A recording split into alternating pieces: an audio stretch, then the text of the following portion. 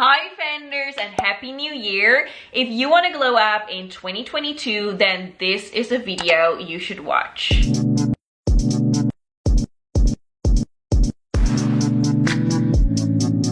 Okay, first step to glow up in this new year is to write down your goals and daily tasks. This is my lovely planner, and yes, I put on those little stickers myself. I think she's so cute. And guys, let me tell you, I can't live without this thing. On days where I forget to write down my daily tasks, usually everything goes wrong. I'm super slow, not focused, I overthink too much, and I just don't get into that flow of working, grinding, finishing all my tasks because it's all in my mind, and then I constantly need to think about what I need to do next. Whereas if I've written it down, I can just look in the planner and everything is right there. So what I usually do is that on Sunday I make a weekly planning, and that's more of a rough draft of the things that I definitely want to accomplish that week.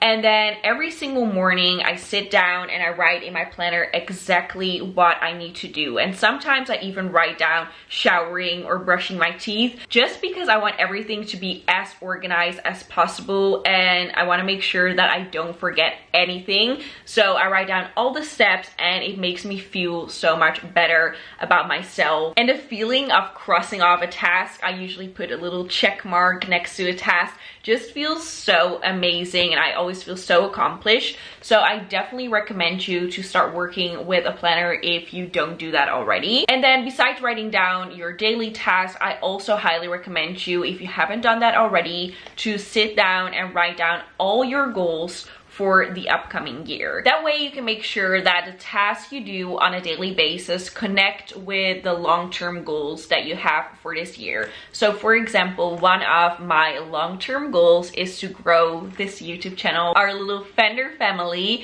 to 500,000 of you guys, 500,000 subscribers. And that's of course a massive goal, and I know that in order to accomplish that, I need to upload frequently, I need to respond to comments, I need to make sure that my content evolves and gets better, I need to work on brand deals, I need to edit my thumbnails, come up with new ideas. So every single day I make sure that the daily tasks that I do are in line with those future goals that I have set for myself. And if you're into the law of attraction, manifestation, those kind of things, I definitely recommend you to write down all your goals in the present tense. So instead of writing down that you want to get 500,000 subscribers on YouTube, write down I have 500,000 subscribers on YouTube. And I have done that for previous years. Every single goal that I ever had for this channel, I've written it down in the present tense. And of course, it doesn't magically happen once you've written it down,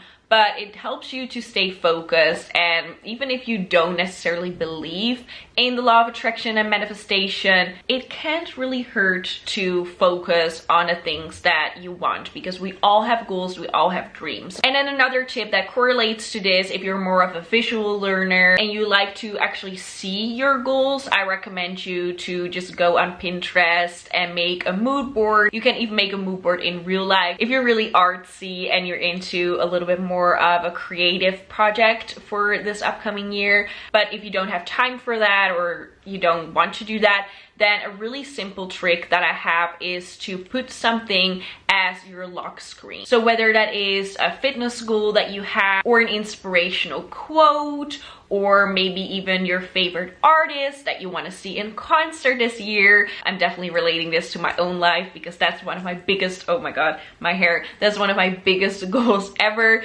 this year, to see my faves in concert. But you know, visualizing can really help to, again, manifest those dreams. So yeah, putting a certain image as your lock screen can definitely help with that, because you stare at that all the time. So it's like a constant daily reminder of where your priorities should lay. And one more thing about this subject is that even for goals that you don't really have in your control, like For example, going to a concert, I mentioned that it's not really in my control. I can't just call Big Hit and say, you know, please let BTS perform here on this date and let me sit front row. Unfortunately, life doesn't work like that. I wish, but I can still do things to kind of manifest that goal. I can focus on saving up money for the best tickets and then making a plan on how to save up that money. I can make a plan for my outfit, for the bag that I'm going to bring to the concert. Just small little things that help you eventually achieve that goal in the long term. So yeah, I hope that these kind of tips help you. And then on to number 2, and that is make time to work out. Of course, if you follow me, that I'm pretty sure that you follow me mainly because of my workout content. That's where I get my most subscribers and my most views from. And I love working out so much. I know you guys do as well, but sometimes life gets just a little bit too much. Things get in the way. We feel like we don't have time, or we feel like we don't have the energy. But I urge you to work out more in 2022, even if it's just for 5 minutes a day. And I always say this, and then people respond with like, what am I going to accomplish if I work out only for 5 minutes a day? Well, this is my kind of theory. Working out for 5 minutes doesn't sound intimidating at all, because we all have 5 minutes in our day to do a simple task, like do a quick workout. Because if you set your goals too high and you're like, okay, I'm going to work out for an hour every single day, then if you have a really busy day and you feel like you don't have that hour, then you end up not going to the gym or not doing an at-home workout at all. Whereas if you set your goal for 5 minutes, then it's easy to just do that and get it out of the way. And it's easier for a 5-minute workout to become a 10-minute workout, to eventually become a 20-minute workout, because you're already on your mat. You already feel accomplished because you did the 5 minutes. So it's easier to upgrade that than go from 0 to 1 hour of working out. Even with getting out of bed in the morning, there are days where I complain and I feel so cold because it's cold here in the Netherlands and I just want to stay in my bed and not think about anything. But once I get out of the bed, I realize that it's not even that bad to do the things that I wanted to do that day, because I already made that step to get out of bed and to get dressed. So I know for some this still can feel a little bit intimidating to set working out goals, especially if you're a beginner, but don't worry, because I will be starting again with the workout challenges. I actually already made a weekly workout program for you guys that is listed in the description and in the pinned comment down below. I made an entire schedule for every single day of the upcoming week, including today. So after you're done watching this video, put on your workout gear and let's go, because together we can do everything. And also stay tuned for next week, because next week will be the start of our K-pop workout challenge. So many of you guys asked for a K-pop challenge and I'm so here for it. That video will be uploaded next Monday. Number 3 is invest time in yourself, especially pampering yourself. Self-love and self-care go hand in hand, in my opinion.